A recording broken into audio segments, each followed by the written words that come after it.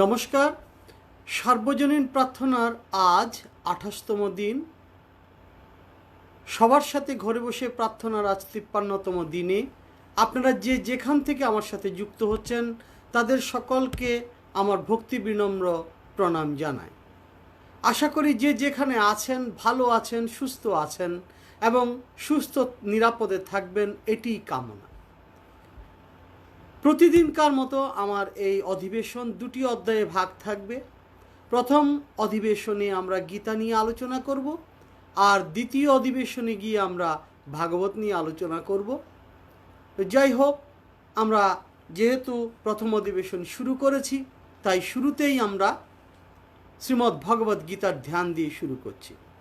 ওম তৎসৎ। ওম अथ श्रीमद्भगवद्गीता ध्यानम्। ओं पार्थाय प्रतिबोधितां भगवता नारायणेन स्वयं व्यासेन ग्रथितं पुराण मुनिना मध्ये महाभारतम् अद्वैतामृतवर्षिणीं भगवतीमष्टादशाध्यायिनीम् अम्ब त्वामनुसन्दधामि भगवद्गीते भवेद्देशिनीम्। नमस्तुत व्यास विशाल बुद्धे फुल्लारविन्दाय तपत्रनेत्र येन तया भारत तैलपूर्ण प्रज्वालित ज्ञानमय प्रदीपः प्रपन्न पारिजाताय तोत्रवेत्रैकपाणये ज्ञानमुद्राय कृष्णाय गीतामृतदुहे नमः।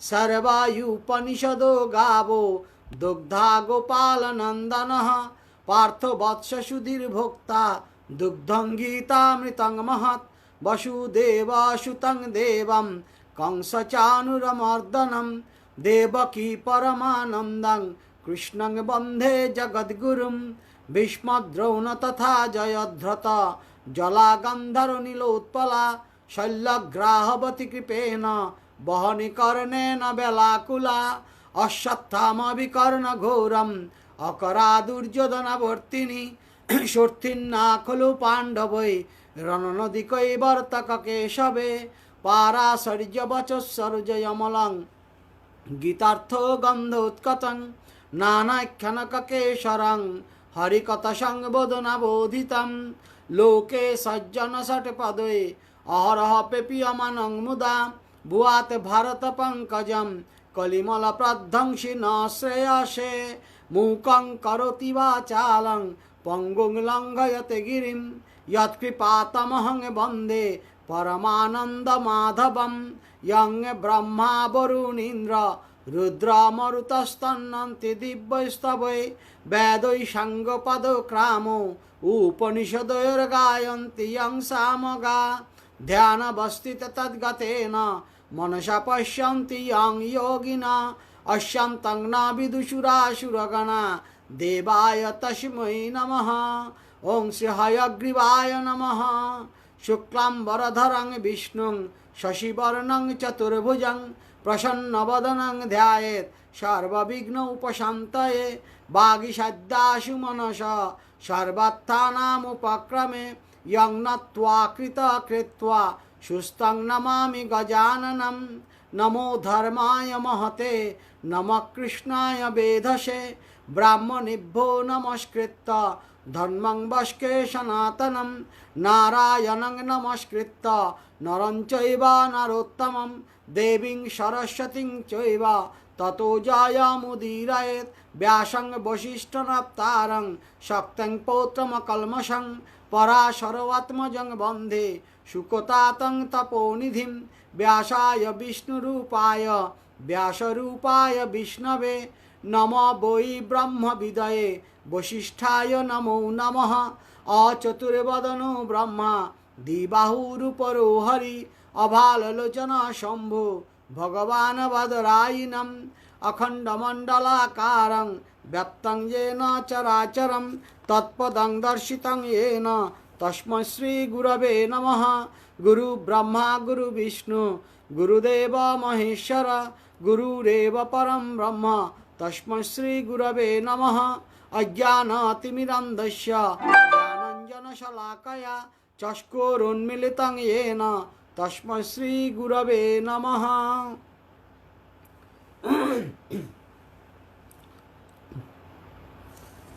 ওম তৎসৎ। ওম অথ শ্রীমদ্ভগবদ্গীতা পঞ্চম অধ্যায়। কায়েন মনসা বুদ্ধা কেবলোরিন্দ্রিয়ৈরপি योगिना कर्म कुर्वन्ति संगं त्यात्मात्मशुद्धये युक्ता कर्मफलं त्यक्त्वा शान्तिमाप्नोति नैष्ठिकम् अयुक्तः कामकारेण फले शक्तो निबध्यते सर्वकर्माणि मनसा संन्यस्यास्ते सुखं वशी न बद्धारे पुरे देहि नैव कुर्वन्न कारयन् न कर्तृत्वं न कर्माणि लोकस्य सृजति प्रभु न कर्मफलसंयोगं स्वभावस्तु प्रवर्तते नादन्ते कस्यचित् पापं न चैव सुकृतं विभु अज्ञानेनावृतं ज्ञानं तेन मुह्यन्ति जन्तवः ज्ञानेन तु तद्ज्ञानं येषां नाशितमात्मनः तेषामादित्यवज्ञानं प्रकाशयति तत्परं तद्बुद्धयस्तदात्मानं तन्निष्ठस्तत्परायणः गच्छन्तः पुनरावृत्तिं ज्ञाननिर्धूतकल्मषा विद्या विनयसम्पन्ने ब्राह्मणे गविहस्तिनि शुनीचैव शपाके च पंडिता समदर्शिनः इहैव तर्जितः सर्गो येषां सम्ये स्थितं मनः निर्दोषं हि समं ब्रह्म तस्मात् ब्रह्माणि ते स्थितः न प्रणिष्यते प्रियं प्राप्य न दिविजेत प्राप्य च प्रियं स्थिरा बुद्धिरसङ्मूढः ब्रह्मवेद ब्रह्मणे स्थितः। ओम तत्सत् इति श्रीमद्भगवद्गीतासु उपनिषत्सु ब्रह्मविद्यायां योगशास्त्रे श्रीकृष्ण अर्जुन संवादे सन्न्यासयोग नाम पंचमोऽध्यायकांक्षेनाम। আজকে যে শ্লোকগুলি আমরা পড়ছি সেখান থেকে আমি আজকে আলোচনা করব দুটি শ্লোক। এর মধ্যে ত্রয়োদশ শ্লোকটি খুবই মূল্যবান। আমাদের শরীরটি হচ্ছে 9 দরজা বিশিষ্ট, অর্থাৎ এই শরীরে অধ্যাত্মবিদ্যাবিদ যারা তারা ঈশ্বর প্রবেশের 9টি দ্বারকে চিহ্নিত করেছেন। এই 9টি দ্বার যখন রুদ্ধ হয়ে যায় তখন মানুষ তার শিবত্ব হারিয়ে শবে পরিণত হয়। এই যে শিবত্ব হারিয়ে শবে পরিণত হওয়া, এটি হচ্ছে আপনার 9টি দরজা বন্ধ হয়ে যাওয়া। এই 9টি দরজার তত্ত্বকথা যদি বলতে হয়, লৌকিকভাবে এই 9টি দরজা হলো 2টি কান, 2টি চোখ, 2টি নাসিকা, 1টি মুখ, 1টি নাভি, আর 2টি হচ্ছে উপস্থের 2টি অংশ, পাদ এবং লিঙ্গম। এই জন্য মৃত্যু যখন হয় মানুষ, তখন এই 9টি দরজায় চেষ্টা করে তুলসী দিয়ে ঢেকে দিতে, কারণ দরজা হচ্ছে হাওয়ার প্রবেশের একটি প্রধান রাস্তা। আমরা যখন শরীরে অক্সিজেনের ঘাটতি হয় তখন নিঃশ্বাস নিতে আমাদের খুব কষ্ট হয়। একটি তুলসী গাছ হচ্ছে একটি অক্সিজেনের সিলিন্ডার, যেখানে প্রচুর পরিমাণ অক্সিজেন জমা আছে। তাই এই অক্সিজেনের সরবরাহের জন্য মৃত্যুকালে মানুষকে তুলসী তলায় নিয়ে যাওয়া হয়, কারণ যদি তুলসীর অক্সিজেন পেয়ে এই মৃতপ্রায় ব্যক্তিটির যেন প্রাণের আবার সঞ্চার হয়, অর্থাৎ সেখান থেকে যে বিশুদ্ধ বায়ুটি বের হয়। আমরা জানি শ্বসন প্রক্রিয়ায় বৃক্ষের পাতা থেকে অক্সিজেন নির্গত হয় এবং সে কার্বন ডাইঅক্সাইড গ্রহণ করে। কার্বন ডাইঅক্সাইড মানবদেহে কোনো কল্যাণে আসে না, তবে কার্বন ডাইঅক্সাইড ছাড়া মানুষ চলতেও পারে না, কিন্তু তার মধ্যে একটি ভারসাম্য রক্ষা হয়। কিন্তু অক্সিজেনের যখন কমতি হয় তখন মানুষ মৃত্যু পথে যাত্রা করে। যেমন এই কোভিড আক্রান্তদের যে সমস্ত লক্ষণ, সে যখন কোভিডের একেবারে চূড়ান্ত পর্যায়ে যায় তখন তার অক্সিজেন ঘাটতি হয়। এই অক্সিজেন ঘাটতিটা পূরণের জন্য তাকে ভেন্টিলেশনে দেওয়া হয়, যে ভেন্টিলেশনের মাধ্যমে অক্সিজেন ঢুকে তাকে রক্ষা করতে হয়। এই প্রথাটি আমাদের ভারতীয় ঋষিরা অনেক আগে থেকেই জানতেন। তাই এই অক্সিজেন ঘাটতি হলে বা যখন মৃত্যু পথযাত্রী কোনো রোগী থাকতো, তখন তার পরিবারের লোকেরা তাকে সবাই তুলসী তলায় নিয়ে যেত। এই 9 দরজা বিশিষ্ট দেহকে কেন্দ্র করেই ভগবান বলছেন, সর্বকর্মাণি মনসা সংন্যাস্যন্স সুখং বসি নবদ্বারে পুরে দেহি নৈব কুর্বন্ন কারয়ন। যিনি জিতেন্দ্রীয় ব্যক্তি, তিনি মনের দ্বারা সর্বকর্ম ত্যাগ করে 9 দরজাযুক্ত দেহে পরম সুখে বসবাস করেন। অর্থাৎ এই 9 দরজা যিনি জানেন, তার কোনো দিন বায়ুর ঘাটতি হবে না। এখানে বায়ু বলতে ঈশ্বরের ঘাটতি। অর্থাৎ বায়ু যেমন অবাধ গতিতে দরজা দিয়ে প্রবেশ করে, তেমনি এই নবদ্বারযুক্ত দেহে ভগবান চেষ্টা করেন অনবরতভাবে প্রবেশ করতে, এবং তার 9 দরজাটি অবশ্যই খুলে রাখতে হবে। এই 9 দরজাটাকে খুলে রাখার জন্য আমাদেরকে এই সন্ন্যাস যোগে, সন্ন্যাস মানে ন্যাস প্রাণায়াম কিভাবে করবেন তার প্রক্রিয়াটি ভগবান এখানে দেখিয়ে দিচ্ছেন। প্রথমে আগের শ্লোকগুলিতে দেখেছেন, আগে এই দেহটাকে ভগবত কথার, ভগবানের উপযোগী করে তৈরি করতে হবে। এখন এসে বলছেন যে এই দেহের তত্ত্বকথা তিনি বলছেন কি, এই দেহটা হচ্ছে 9 দরজা বিশিষ্ট, সুতরাং এই 9 দরজাটাকে তুমি আগে খোলার ব্যবস্থা করো। একইভাবে সমস্ত ধর্মশাস্ত্রের মধ্যে এই কথাগুলি থাকে। যেমন চণ্ডী পাঠ করতে গেলে প্রথমেই পড়তে হয় অর্গলা স্তোত্র। অর্গল শব্দের অর্থ হচ্ছে কি, খিল, দরজা। এই দরজায় যদি খুলতে না পারেন তাহলে আপনি চণ্ডীর ভেতর ঢুকতে পারবেন না।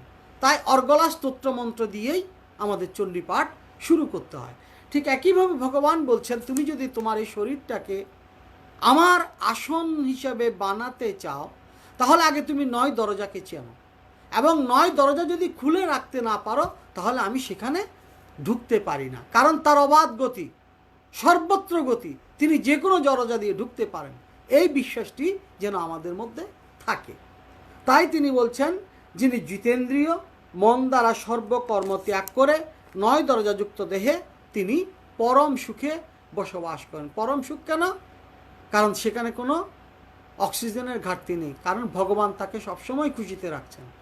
9 দরজা দিয়ে ঢুকার পর ভগবান এমনভাবে তাকে আনন্দের মধ্যে নিয়ে যাচ্ছেন, সেই সচ্চিত আনন্দময় বিগ্রহকে তিনি নিত্য তার হৃদয়ে দর্শন করছেন, ফলে তিনি সদা আনন্দময়, এবং এই আনন্দময় অবস্থায় ঈশ্বর তাকে কৃপা করেন। আর যিনি আনন্দময়, তার মধ্যে কোনো দুঃখ থাকে না, তার মধ্যে কোনো ক্ষোভ থাকে না, তার মধ্যে কোনো কামনা বাসনা কিচ্ছুই থাকে না, কারণ তিনি ইতিমধ্যেই ইন্দ্রিয়কে জয় করে ফেলেছেন, এবং ইন্দ্রিয়কে জয় করে 9 দরজা খুলেছেন বলেই ভগবান সেখানে ঢুকছেন। এই হচ্ছে নবদ্বারে পুরে দেহি নৈব কুর্বন্ন কারয়ন। আরেকটি কথা বলছেন এবার খাদ্যের কথা। তো খাদ্য, কোন বর্ণের মানুষ কি কি খাবেন সেই বিষয়টি ভগবান এখানে আলোচনা করেছেন। আমি সবাই বলে থাকি ব্রাহ্মণের কথা। এখন ব্রাহ্মণের বৈশিষ্ট্য কি, সেই ব্রাহ্মণের বৈশিষ্ট্য ভগবান এখানে বলছেন। অন্যত্র আরও অন্যান্যভাবে আছে, কিন্তু এখানকার আলোচনাটা আমি মুখ্য করছি। এখানে দেখুন 18 নম্বর শ্লোক, বিদ্যা বিনয় সম্পন্নে ব্রাহ্মণে গবি হস্তিনী শুনি চৈব সপাকে চ পণ্ডিতা সমদর্শিন। যার বুদ্ধি ব্রহ্মতত্ত্বে স্থির, যিনি বিদ্যা সম্পন্ন। শুধু বিদ্যা থাকলে হবে না, তার কাছে বিনয় থাকতে হবে।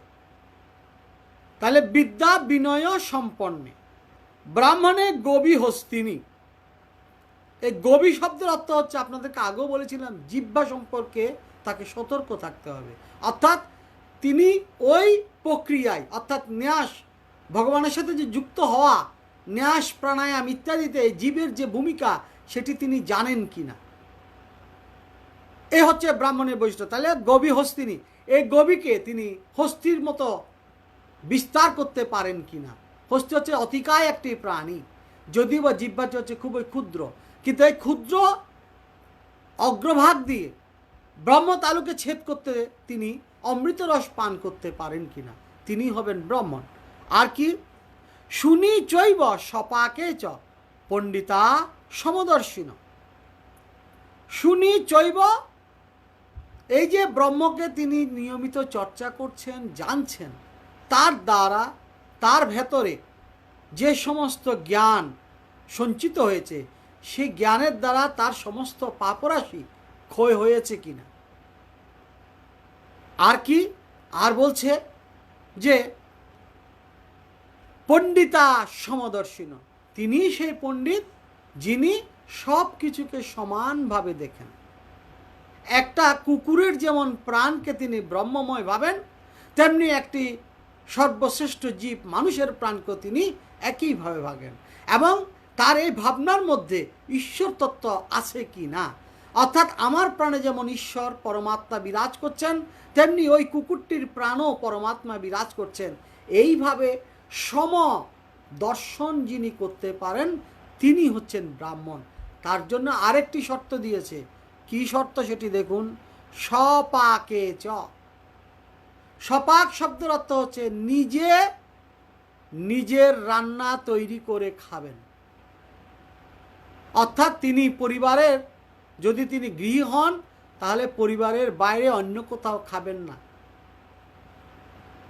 তার পরিবার এবং প্রসাদ আস্বাদন ছাড়া অন্য কোনো জায়গায় গিয়ে তিনি খাবেন না। এখন প্রশ্ন হতে পারে, এটা কি ধরনের কথা হলো?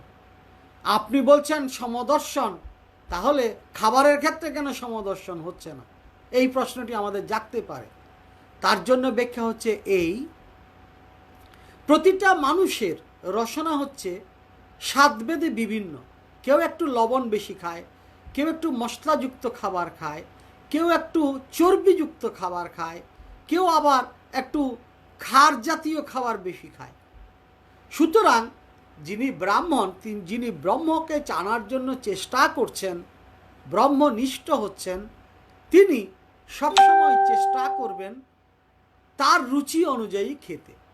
আমি যখন আপনার বাড়িতে যাব, তখন কিন্তু আপনি বেশি মশলাযুক্ত যদি খাবার দেন, আমি হয়তো খাবো, কিন্তু খাবার পর আমাকে আবার অনেকগুলি কাজ করতে হবে, কারণ আপনার খাদ্যাভ্যাসের সাথে আমি পরিচিত নই। আমি হয়তো এক সিদ্ধ খেয়ে জীবন ধারণ করি, আপনি যদি মশলাযুক্ত তরকারি দেন, তখন সেটি আমার পেটে বিক্রিয়া হবে, সেটি আমি হজম করতে পারবো না। তাই প্রথম শর্ত হচ্ছে সপাক। আপনি আপনার রুচি অনুযায়ী আপনি খাবেন। একমাত্র ব্যতিক্রম প্রসাদ। প্রসাদে কোনো রকমের বাধা নেই, প্রসাদ যে কোনো জায়গায়। তাও প্রসাদের মধ্যে আমরা ইদানিং অনেকগুলো জিনিস সংযুক্ত করেছি যা শাস্ত্রীয় বিধিতে আসে না। যেমন উদাহরণ দিচ্ছি, গাজর। অনেকে ভগবানকে সবজি বা তরকারি যখন দেয়, সেই তরকারির মধ্যে গাজর মেশান, কিন্তু গাজর সনাতন শাস্ত্র অনুযায়ী নিষিদ্ধ খাবার। কেন নিষিদ্ধ? কারণ হচ্ছে গাজর খেলে আপনার পেটে গুরুপাক এবং পেটে সবসময় ঢাকগুরগুর শব্দ হতে থাকবে। অনেকের হয়তো হয় না, যদিও বা ডাক্তাররা বলেন বিটা ক্যারোটিন আছে, ভিটামিন আছে, সুতরাং এই সমস্ত জিনিস স্বাস্থ্যকর। কিন্তু আমাদের ঋষিশাস্ত্র বলছে পৌলান্ডু এবং মূলকের মধ্যে গাজর, বিট, এছাড়া শাকের মধ্যে যেমন আছে পুঁই শাক, কলমি শাক, এই সমস্ত শাকগুলি উত্তেজক খাবার, তাই এর মধ্যে দেখবেন রসুন সংযোগ করে অনেকে খায়। সুতরাং এই খাবারগুলি আপনাকে বিচার করতে হবে। তাই সপাকে যখন থাকবেন, আপনার ভেতর যখন ব্রহ্মবোধ জাগ্রত হবে, তখন খাবার দাবারের ক্ষেত্রে আপনি সংযত হবেন। আর আপনি যদি এই খাবার দাবারে সংযত না হন, তাহলে ব্রহ্মচিন্তায় আপনার ব্যাঘাত ঘটবে। যেমন আমি লবণ কম খাই, আমার সপাকে তাহলে সেই রকম লবণটা আমি দেব। কিন্তু আপনি লবণ বেশি খান, আপনার বাড়িতে আমাকে নেমন্তন্ন করেছেন, আমি সেখানে গিয়ে যখন খাবারটা নিলাম, আপনার সে বেশি লবণযুক্ত খাবার ফলে আমার রক্তের যে গতি, অর্থাৎ প্রেশার, ব্লাড প্রেশার যাকে বলেন, সেটি যে মাত্রায় থাকার কথা ছিল তার চেয়ে বেড়ে যাবে। আর ব্লাড প্রেশার যদি বেড়ে যায়, আমি কি ঈশ্বরকে ডাকতে পারবো, ভজনা করতে পারবো? তাহলে সেখানে কি হচ্ছে, আমার ব্যাঘাত হচ্ছে। এই জন্যই ভগবান এখানে নির্দেশ দিচ্ছেন, শুনি চৈব সপাকে চ পণ্ডিতা সমদর্শী। ব্রহ্ম চিন্তা করতে গেলে, ব্রহ্মকে জানতে গেলে আপনার খাবারের ক্ষেত্রে খুবই কঠোর হতে হবে। যত্রতত্র কুকুর বিড়ালের মতো জীব দিয়ে আপনি যা খুশি তাই খেতে পারবেন না। সেই খাবারটা আপনার শরীর অনুমোদন দিচ্ছে কিনা, আর অনুমোদন ছাড়া অনুরোধে যদি আপনি সেটি খান, তাহলে কি করতে হবে, তাহলে আপনাকে সেই দেহটাকে আবার শোধন করতে হবে। তার জন্য রয়েছে ন্যাস, প্রাণায়াম, ধৌতি, বিভিন্ন রকমের হঠযোগ। এই হঠযোগ আপনার এখানে যদি আমি খেয়ে সেই হঠযোগ করতে 2 ঘন্টা সময় যায়, 2 ঘন্টা কিন্তু আমার জীবনের খাতা থেকে কমে গেল ঈশ্বরকে ডাকার। তাই যারা ব্রহ্মনিষ্ঠ তারা চেষ্টা করেন অপরের খাবার না খেয়ে নিজে স্বপাকে রান্না করে বা নিজের পরিবারের খাবার খেয়ে ঈশ্বর চিন্তায় মগ্ন থাকেন। এটি হচ্ছে ভগবানের নির্দেশ এবং আমাদের শাস্ত্রীয় বিধি। এবং আরেকটি কথা না বললে না, এটা হচ্ছে স্বাস্থ্যবিধি। কারণ আপনার স্বাস্থ্য আপনার, আপনাকে আমি যতই বলি না কেন আপনার স্বাস্থ্য সম্পর্কে আমি কিছুই বুঝবো না। কিছুটা বুঝেন ডাক্তাররা, তাও কি বোঝেন, তাও বোঝেন না। ডাক্তাররা হয়তো পালস দেখলেন, আপনার বিভিন্ন রকমের পরীক্ষা নিরীক্ষা করলেন, তারপর হয়তো আপনার শরীরের কি রোগ হয়েছে সেই অনুযায়ী ওষুধ দিতে পারছেন। কিন্তু আপনার যে শরীরটাকে নিয়ন্ত্রণ করছেন সেই মন কি তিনি বুঝেন? কখনো না। কারণ আমরা কেউই মর্মভেদী নই। যারা মর্মভেদী তারা হচ্ছেন পরম পুরুষ। এই পরম পুরুষদের সাথে আমাদের সংযোগ হয় কদাচিৎ। এদের সাথে সঙ্গটা বড়ই আমাদের কাছে ঈপ্সিত, কিন্তু তারা সহজে ধরা দেন না। দেখবেন যারা এই মর্মভেদী পুরুষ তারা এক একটা আবরণ করে ঢেকে আছে। তারা হয়তো কেউ সিগারেট খাচ্ছে, তিনি কিন্তু আত্মজ্ঞ ব্যক্তি। সিগারেট খাওয়ার পর আপনি বলছেন তিনি কি সাধু, তিনি তো সিগারেট খান, কিন্তু তিনি সিগারেটটা খাচ্ছেন আপনাকে দূরে সরিয়ে রাখার জন্য, যেন আপনি তার কাছে না যান। অথবা তিনি এমন আচরণ করবেন, আপনাকে গালাগালি করছেন, আপনাকে বকাঝকা দিচ্ছেন। অনেক সাধু পুরুষের জীবনে এইসব দেখা গেছে।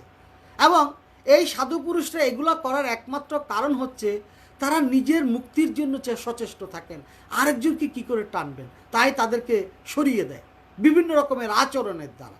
আমরা এসব বুঝি না, ফলে আমরা এই সমস্ত তত্ত্বজ্ঞ পণ্ডিত ব্যক্তিদেরকে সবসময় অশ্রদ্ধা করে যায়। আমাদের ভেতর যেন সেই অশ্রদ্ধাটা কখনো না আসে। যিনি আত্মজ্ঞ ব্যক্তি তিনি কখনো আপনাকে ধরা দেবেন না, তিনি সবসময় বিভিন্ন রকমের আবরণ দিয়ে ঢেকে রাখবেন।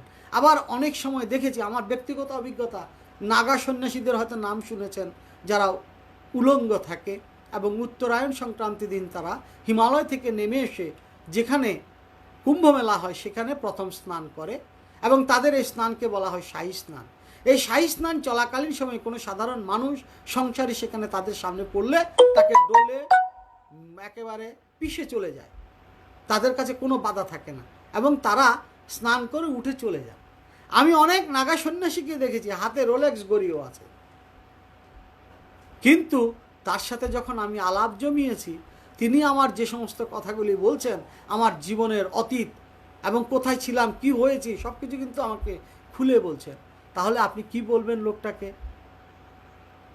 গলায় সোনার চেনও আছে, আবার হাতে রোলেক্স ঘড়িও আছে।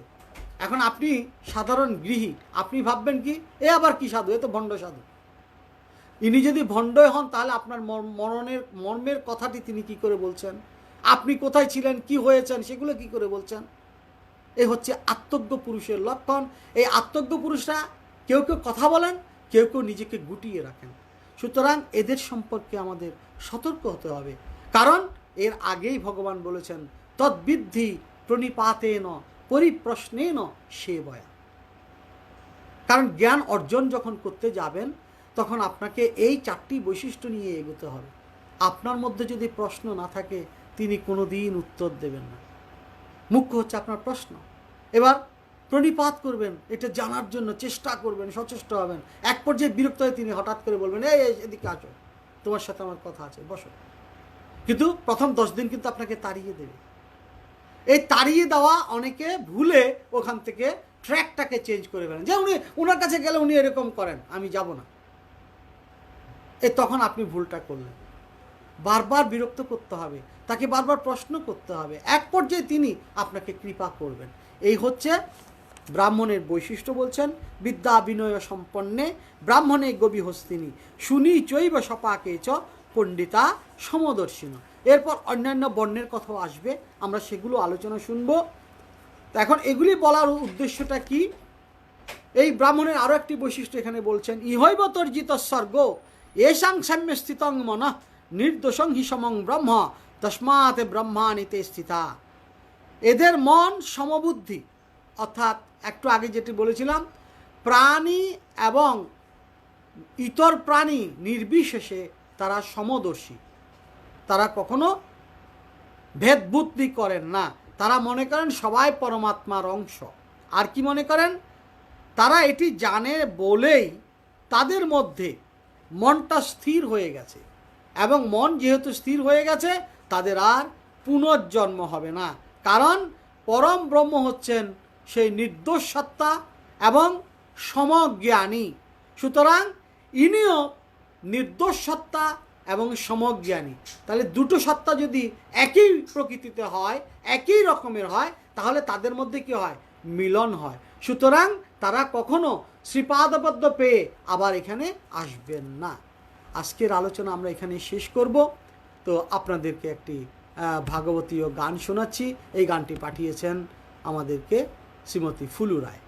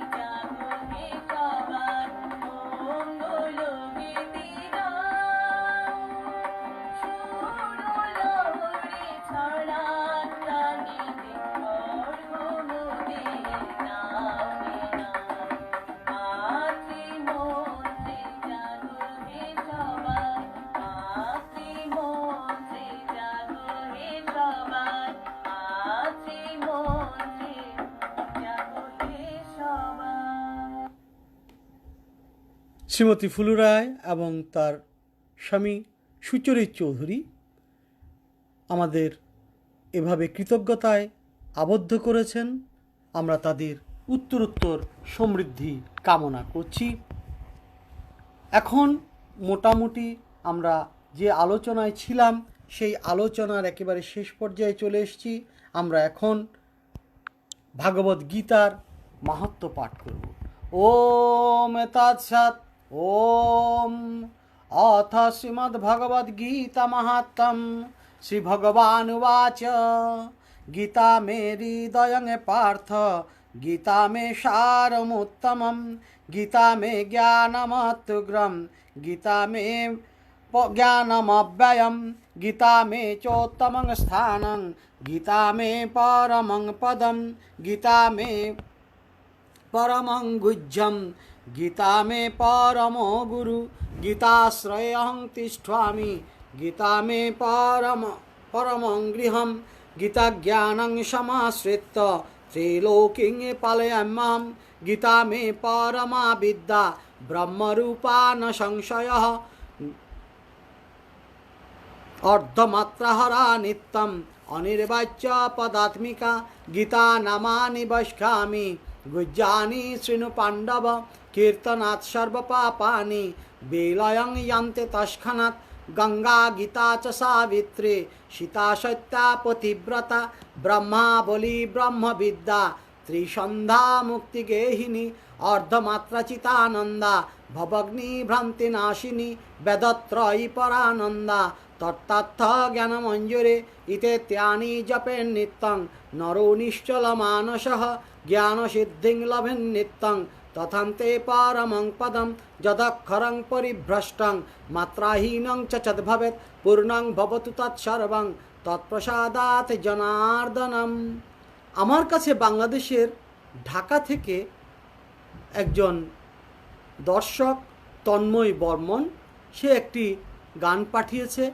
আমি এই গানটি এখন আপনাদের সাথে শেয়ার করব এবং এই গানের সাথে সাথে আমাদের অনুষ্ঠানও শেষ হয়ে যাবে এবং সেই অনুষ্ঠান শেষ হয়ে গেলে দ্বিতীয় পর্বে আপনারা আবার একই নাম্বারে যুক্ত হবেন এটি কামনা করব।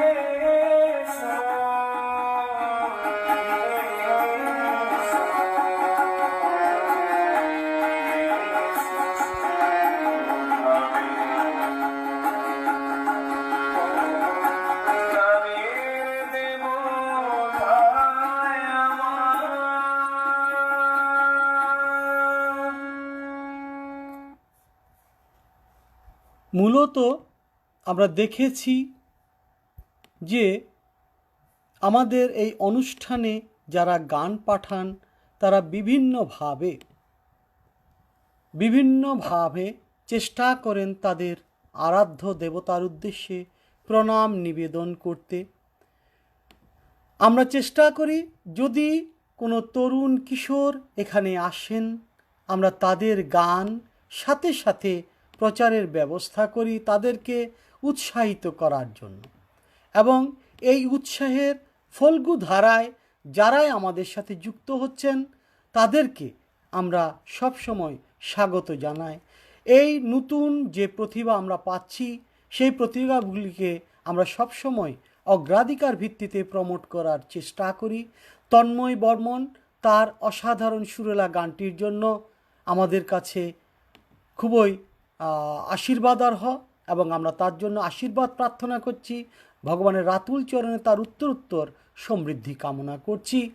আমরা যেখানে এই গানটি দিতে পেরে এবং তার আরও গান শুনব এই আশা ব্যক্ত করে আমাদের প্রথম পর্বের অনুষ্ঠান এখানে শেষ করছি। এরপর আমরা দ্বিতীয় পর্বে ভাগবত আলোচনায় যাব। আশা করি আপনারা আমার সাথে যুক্ত থাকবেন।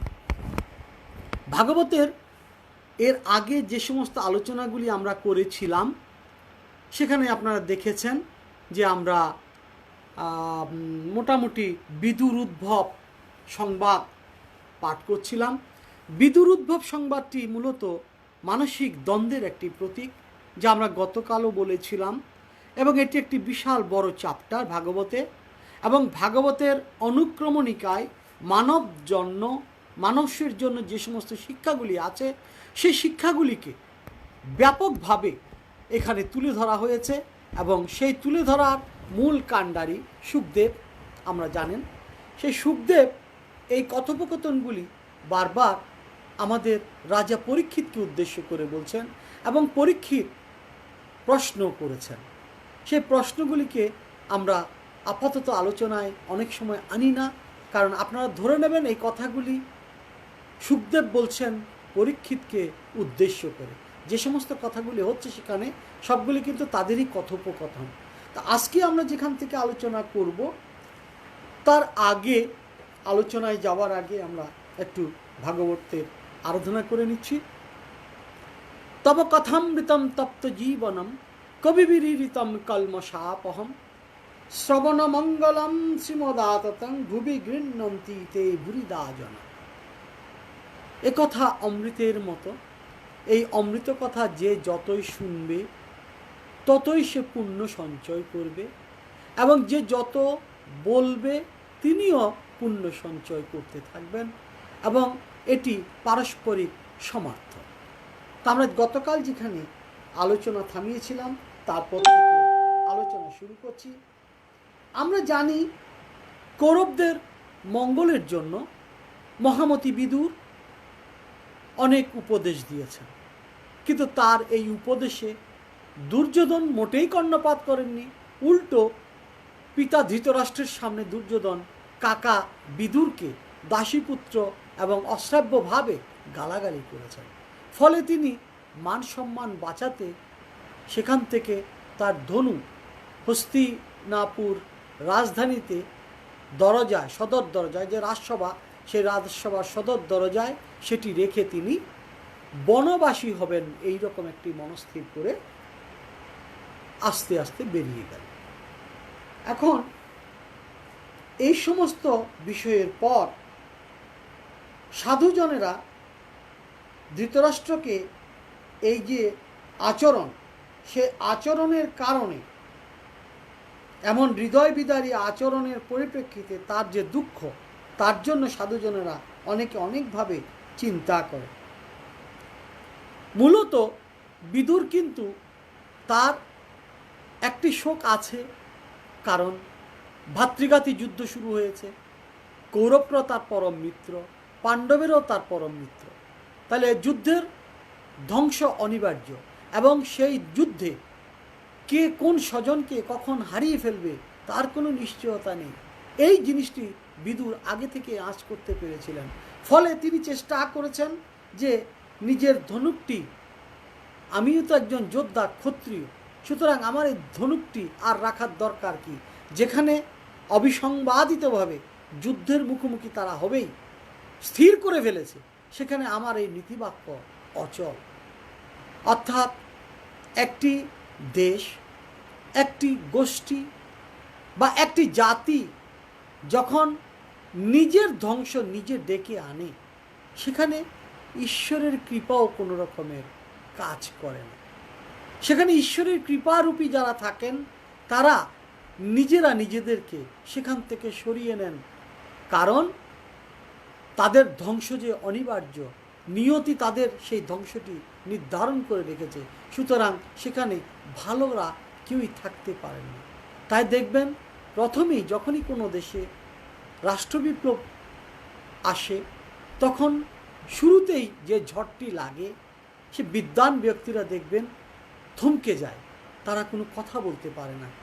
যারা প্রতিবাদ করে, যে সমস্ত বুদ্ধিজীবীরা প্রতিবাদ করে, তাদেরকে তখন অপমানিত হতে হয়, অপদস্থ হতে হয়। এখানে বিদুরের অবস্থা হয়েছে ঠিক সেই রকম। এবং এদের পাপের মাত্রা এমনভাবে বেড়ে গেছিল যে শিগগির এদের যে সর্বনাশ হবে সেটি তিনি জানতেন, তাই তার সেখানে এই সমস্ত জিনিস দেখার আর কোনো দরকার নেই।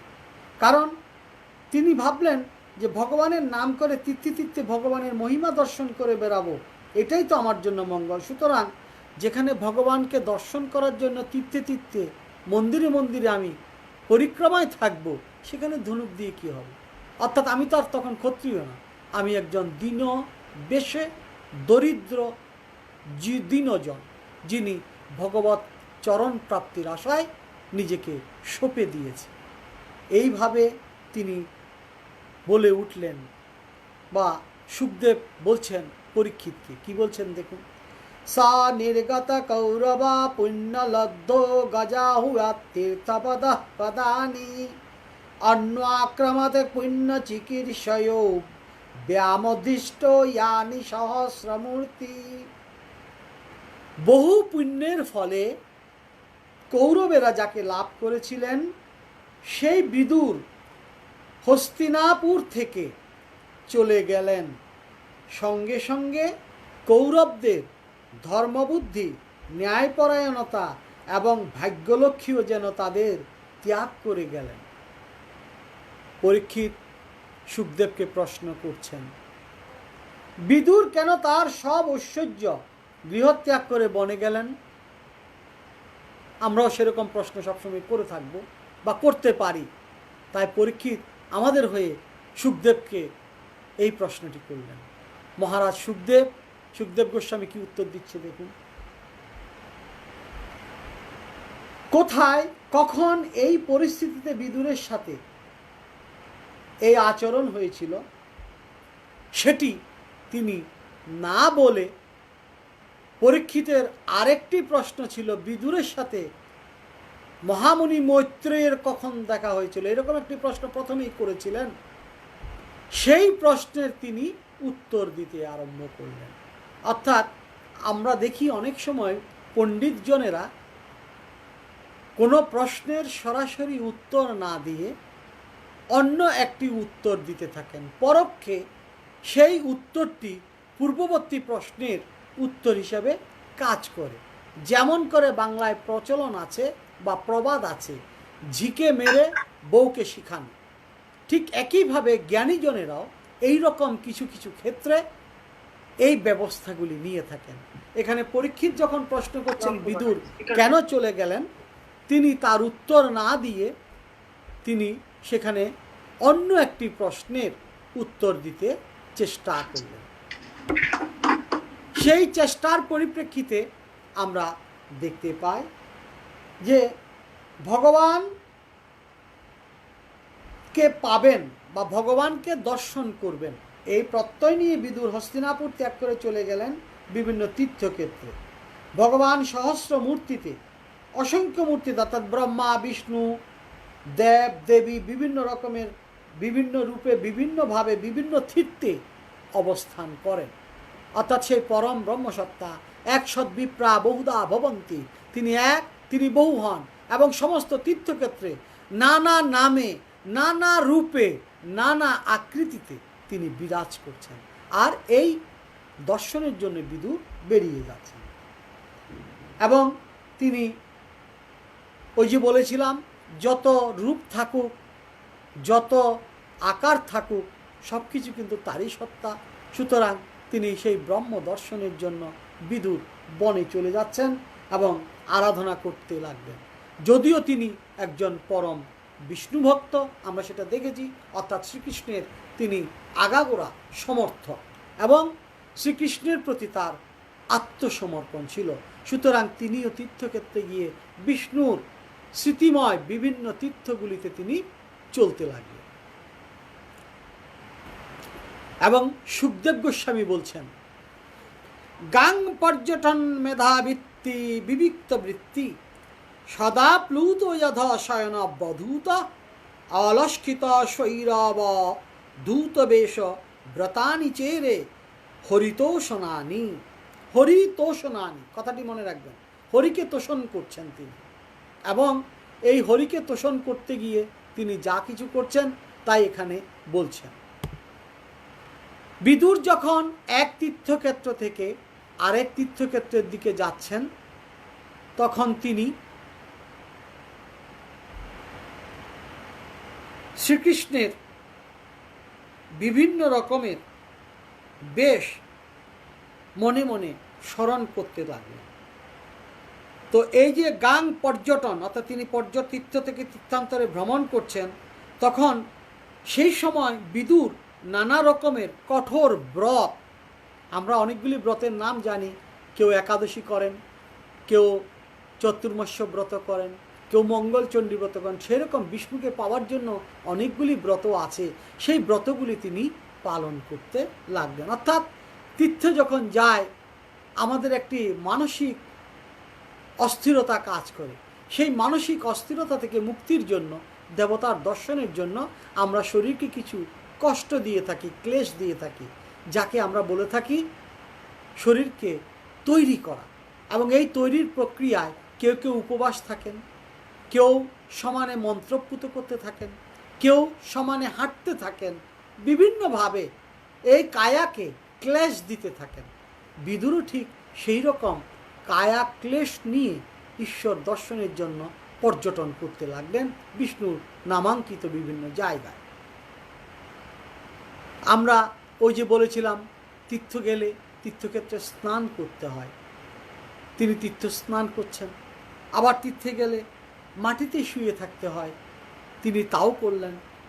আবার তীর্থে গেলে শরীরের কোনো রকম যত্ন না করে অবধূত বেশ, অবধূত বেশ বলতে সন্ন্যাসীদের যে পোশাকটি পরেন, তারা দেখবেন মাথা আশ্রায় না, দাড়িকে চিরুনি দিয়ে একটু নিংড়ায় না, দাঁতও মাজেন না, হয়তো কোনো সময় দাঁতের ওই যে নিম ডাল দিয়ে কখনো তারা মাজন করেন। অর্থাৎ শরীরের প্রতি তাদের কোনো, তার পোশাক কী আছে তার দিকেও খেয়াল থাকে না, যেখানে রাত সেখানেই কাত হয়ে যান। এই হচ্ছে অবধূতদের বেশ। এই অবধূতের বেশের মতোই আমাদের বিদুরের অবস্থা। তিনি মাটিতে শুচ্ছেন, তীর্থক্ষেত্রে স্নান করছেন এবং কায়ক্লেশে পদব্রজে হেঁটে চলছেন, মন্ত্র উচ্চারণ করছেন, নিজের শরীরের প্রতি কোনো যত্ন নেই। এই কায়ক্লেশ করে করে তিনি আস্তে আস্তে ঈশ্বর দর্শনের জন্য বিভিন্ন তীর্থ পর্যটন করে চলেছেন। এইভাবে ভারতবর্ষের সমস্ত তীর্থ তিনি প্রায় পরিক্রমণ করে ফেলেছেন। এই পরিক্রম করতে করতে তিনি একসময় এলেন প্রভাস তীর্থে। প্রভাস তীর্থে তিনি শুনলেন যে ভগবান ইতিমধ্যেই মহাভারতের যুদ্ধ শেষ এবং কৌরবরা নিজেদের অপরিণামদর্শিতার জন্য সম্পূর্ণ ধ্বংস হয়ে গেছে। এমনকি পাণ্ডব পক্ষেও অনেক বীর রথী মহারথী জীবন দিয়েছেন। আর যুধিষ্ঠির হস্তিনাপুরের রাজ্যসভায় এখন রাজা, শ্রীকৃষ্ণ দেহ রেখেছেন। আর শ্রীকৃষ্ণ সমসাময়িক কেউ কেউ এখনো বেঁচে আছেন। যদুকুল ধ্বংস হয়ে গেছে এই সমস্ত জিনিসগুলি তিনি অবগত হলেন। কার কাছ থেকে অবগত হলেন? সেখানে শ্রীকৃষ্ণের প্রভাস্তিত্বে আরও একজন শ্রীকৃষ্ণের সখা সেখানে উপস্থিত হয়েছিলেন। একদিকে বিদুর, আরেকদিকে শ্রীকৃষ্ণের আরেক রাজপুরুষ, তার নাম হচ্ছেন আমাদের সবার জানা, তিনি হচ্ছেন সেই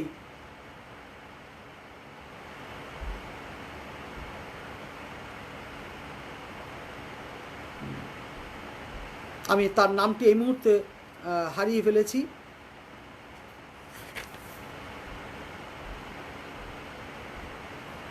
উদ্ভব, আমি বারবার বলছি, উদ্ভবের সাথে সেখানে বিদুরের দেখা হল। উদ্ভব হলেন কে?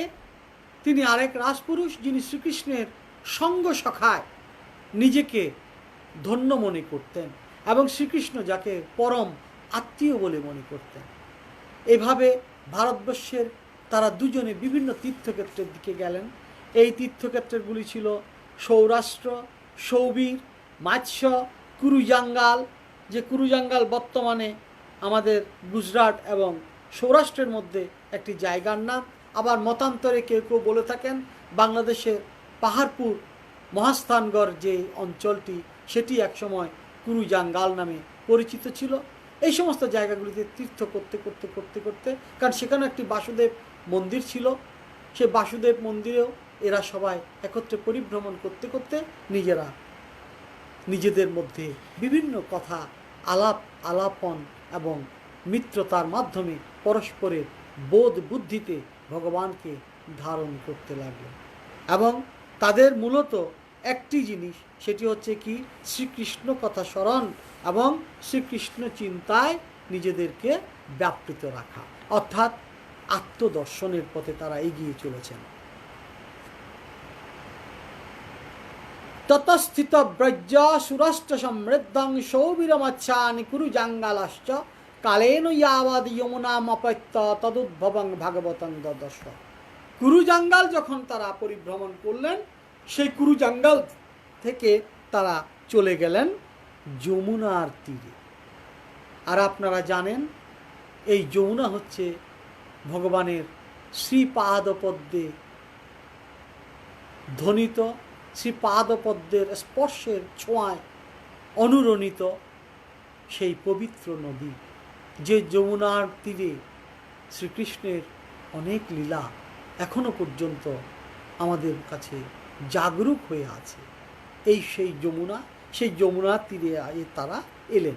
কে বলছেন? সুখদেব বলছেন। কাকে বলছেন? পরীক্ষিতকে। যমুনার তীরে যখন তারা উপস্থিত, সেখানে উদ্ভবের সাথে বিদুরের কথোপকথন হচ্ছে। কি বলছে দেখুন। স বাসুদেব অনুচরং প্রশান্তং বৃহস্পতি প্রাক তনয়ং প্রতীতম আলিঙ্গ গারং প্রণয়ন ভদ্রং স্বনাম পৃচ্ছ ভগবত প্রজানম। আমরা জানি দুজন রাজপুরুষ এখানে, একজন উদ্ভব, আরেকজন আমাদের বিদুর। তারা পরস্পরকে, ভক্তদের মধ্যে তারা সকলের মধ্যে শীর্ষস্থানীয়, জ্ঞানে, পাণ্ডিত্যে, ভক্তিতে তাদের কোনো তুলনা নেই। তারা দুজনেই অতুলনীয়। তারা একজন বিনয়ী পণ্ডিত ব্যক্তি যখন আরেকজন বিনয়ী পণ্ডিত ব্যক্তিকে দেখেন, তখন তাদের মধ্যে কিন্তু ঝগড়া থাকে না, তারা তখন একজন আরেকজনকে জড়িয়ে ধরেন। এখানে এই দুই রাজপুরুষও একে অপরকে দৃঢ় আলিঙ্গনে জড়িয়ে ধরলেন। আর জড়িয়ে ধরে কি বলছেন দেখুন। স বাসুদেব অনুচরং প্রশান্তং বৃহস্পতে প্রাক্তনয়ং প্রতীতম আলিঙ্গ গাঢ়ং প্রণয়ন ভদ্রং স্বনাম পৃচ্ছ ভগবতং প্রজানম। বহু বছর পর দুইজনের দেখা, দুজনেই রাজপুরুষ, আর তারা দুজনেই মলিন বেশধারী রম্যতাময় এক সাধু। অবস্থার কি পরিবর্তন! এই রাজকীয় বেশে তারা যখন ছিলেন, তখন তাদের হুকুমে কত কিছু হয়েছে, কিন্তু এখন তারা দুজনেই সন্ন্যাসী, অবধূত হয়ে ঘুরছেন, তাদের আর কেউ চিনিও না। অর্থাৎ ক্ষমতা যখন থাকে মানুষের, তখন অসীম প্রকাশ থাকে, নিজেকে জাহির করার একটি প্রচেষ্টা সবসময় থাকে। আর ক্ষমতা যখন থাকে না, যখন আপনি আস্তে আস্তে আপনার কর্মক্ষমতা হারিয়ে ফেলবেন, তখন আপনি ঘরের কোণে বন্দী হয়ে তাকেই দর্শন করবেন। এখানে বিদুর এবং উদ্ভবের ঠিক সেই পরিস্থিতি। তারা যখন ক্ষমতাবান ছিল তখন তাদের কথায় অনেকে তাদের মন্ত্রণা শোনার জন্য ডাকত, কিন্তু এখন আর তাদেরকে কেউ ডাকে না, কারণ তারা এখন সন্ন্যাসী হয়ে রিক্ত হয়ে একেবারে কোনো কিছু না রেখে তারা এখন খপনক বেশে তীর্থ থেকে তীর্থ পরিভ্রমণ করে চলেছেন। তাদেরকে কেউ জিজ্ঞায় না যে আপনি কি ছিলেন বা আপনি কে, এই কথাটিও কেউ জিজ্ঞেস করছে না। অর্থাৎ পরিবর্তন, মানুষের এই যে পরিবর্তন, এই পরিবর্তনটি একমাত্র আমাদের বাস্তবতা। এই পরিবর্তনটাকে যে মেনে নিতে পারে তিনি যুগের সাথে তাল মিলানো মানুষ বলে। আর যিনি মেনে নিতে পারেন না তার মধ্যে ক্ষোভ কাজ করে। অনেকে এই ক্ষোভটাকে কাজে লাগিয়ে ঈশ্বর চিন্তায় নিজেদেরকে ব্যাপৃত করেন। আমাদের মধ্যেও সেই ক্ষোভ হয়তো একদিন আসবে, যখন আসবে আমরা যেন তার শ্রীপাদপদ্মে আমাদের মতি রাখতে পারি, এটি প্রার্থনা করব। মূলত এই পর্যায়ে এসে আমরা আরেকটি ভক্তিগীতি শুনব। এবারের সেই ভক্তিগীতিটি পাঠিয়েছে আমাদের নিউ ইয়র্কের আরেকজন শ্রীম মমতাময়ী দিদি, তিনি হচ্ছেন নিপা ভৌমিক। আমরা এখন নিপা ভৌমিকের সেই গানটি শুনেই পরবর্তীতে আমরা আলোচনাকে আরও বিস্তারিত করব।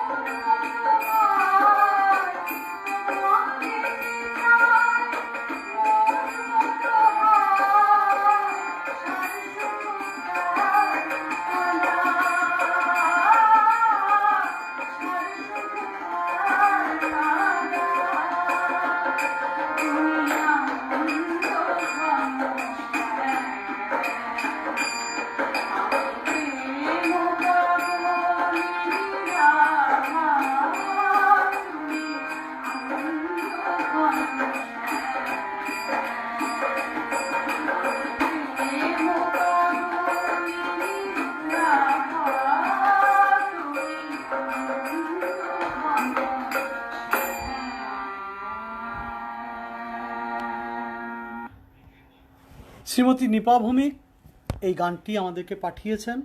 তার গানের সাথে তবলায় সঙ্গত করেছেন রুদ্রনীল দাস, রূপাই। আমরা তাদের দুজনের জন্যই উত্তরোত্তর সমৃদ্ধি কামনা করছি, মঙ্গল কামনা করছি, এবং তারা আমাদেরকে আরও গান পাঠাবেন এটি আমরা আশা রাখছি। তো আজকের এই আলোচনায় এতক্ষণ পর্যন্ত যারা আমার সাথে যুক্ত ছিলেন তাদের সকলকে ধন্যবাদ জানাচ্ছি। বিশেষ করে যারা আমাকে আজকের এই অনুষ্ঠানটিকে সুন্দর করে উপস্থাপন করার জন্য কিছু গান পাঠিয়েছেন, সেই ফুলু রায় থেকে শুরু করে তন্ময় বর্মন, নিপা ভৌমিক, প্রত্যেকের জন্য আমি আন্তরিক কৃতজ্ঞ এবং আমার ভক্তি বিনম্র শ্রদ্ধা জানাচ্ছি। আমাদের অনুষ্ঠান শেষ হবে আরেকটি যন্ত্রসঙ্গীত দিয়ে। সেই যন্ত্রসঙ্গীতটি আমরা শুনব আমাদের অনুষ্ঠানের অর্থাৎ প্রার্থনা সভার একদম শেষে। সে আজকের যন্ত্রসঙ্গীতটি বাঁশিতে, এবং সেই বাঁশির এই সুরটি পাঠিয়েছেন আমাদের কাছে জামাইকা থেকে নারায়ণ বর্মন। আমরা সেই সুরটি শুনবো একদম শেষে। তার আগে আমরা এখন প্রার্থনায় যাচ্ছি। আমাদের সার্বজনীন যে প্রার্থনা, সেই প্রার্থনাটি এক্ষুনি আমি শুরু করছি। প্রথমেই আমি গানপত্য মতে প্রার্থনা করছি। বক্রতুণ্ড মহাকায়ং সূর্যকোটি সমপ্রভম নির্বিঘ্নম কুরু মে দেবম সর্বকার্যেষু সর্বদা।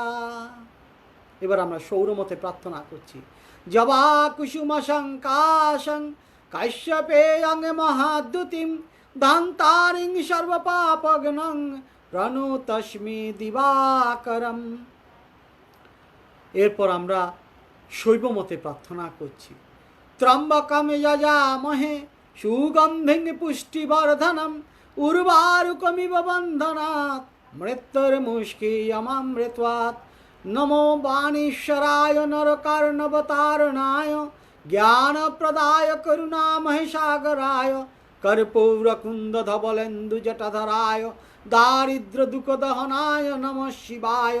নমঃ শিবায় শান্তায় কারণত্রয় হেতবে নিবেদয়ামি চাতমানং তঙ্গতিং পরমেশ্বরম। এরপর আমরা শাক্তমতে প্রার্থনা করছি। রোগান শেষান অপহংসি তুষ্টা রুষ্টাতু কামান সকলানভীষ্টান ত্বমাশ্রিতানাং ন বিপন্নরানাং ত্বমাশ্রিতানাং আশ্রয়তাং প্রয়ান্তি। এবার আমরা বৈষ্ণব মতে প্রার্থনা করছি। ব্রাহ্মণ্য দেবায় গো ব্রাহ্মণ হিতায় চ জগদ্হিতায় চ কৃষ্ণায় গোবিন্দায় নমো নমঃ। পাপোহং পাপকর্মাহং পাপাত্মা পাপ সম্ভবম ত্রাহি ইমং পুণ্ডরীকাষ্কং সর্বপাপো হরো ভব। ত্রৈলোক্য পূজিত শ্রীমন সদা বিজয়বর্ধনং শান্তিং কুরু গদাপানে নারায়ণ নমস্তুতে। হে কৃষ্ণ করুণা সিন্ধু দীনবন্ধু জগৎপতে গোপেশ গোপিকা কান্ত রাধাকান্ত নমস্তুতে। তপ্ত কাঞ্চন গৌরাঙ্গীং রাধা বৃন্দাবনেশ্বরীং বৃষভানুসুতে দেবী তং নমামি হরিপ্রিয়াম। এবার আমরা বৈদিক মতে প্রার্থনা করছি। সর্বে অত্র সুখিনং সন্তু, সর্বে সন্তু নিরাময়, সর্বে ভদ্রাণি পশ্যন্তু, মা কশ্চিৎ দুঃখভাগ ভবেৎ। এবার নিজের জন্য একবার প্রার্থনা করি। অসতো মা সদ্গময়, তমসো মা জ্যোতির্গময়, মৃত্যুঞ্জয় অমৃতম গময়, আবিরাবি মহ্যেধি। এতৎ প্রার্থনা মন্ত্রফলম শ্রীচরণে সমর্পিতমস্তু। পূর্ণমিদাং পূর্ণমদঃ পূর্ণাৎ পূর্ণমুদচ্যতে পূর্ণস্য পূর্ণমাদায় পূর্ণমেবাবশিষ্যতে। ওম শান্তি, ওম শান্তি, ওম শান্তি, ওম স্বস্তি, ওম স্বস্তি, ওম স্বস্তি, ওম ঋদ্ধি, ওম ঋদ্ধি, ওম ঋদ্ধি। ভাগবত কথার সাথে সাথে আমরা যন্ত্রসঙ্গীতে মহানাম শুনে নিজেরও একটু মহানাম করতে করতে বিদায় নেব। আসুন আমরা একটু মহানাম শুনতে থাকি। এই মহানামটি বাঁশিতে সুর করে পাঠিয়েছেন শ্রী নারায়ণ দা। আমরা তার উত্তরোত্তর সমৃদ্ধি কামনা করছি।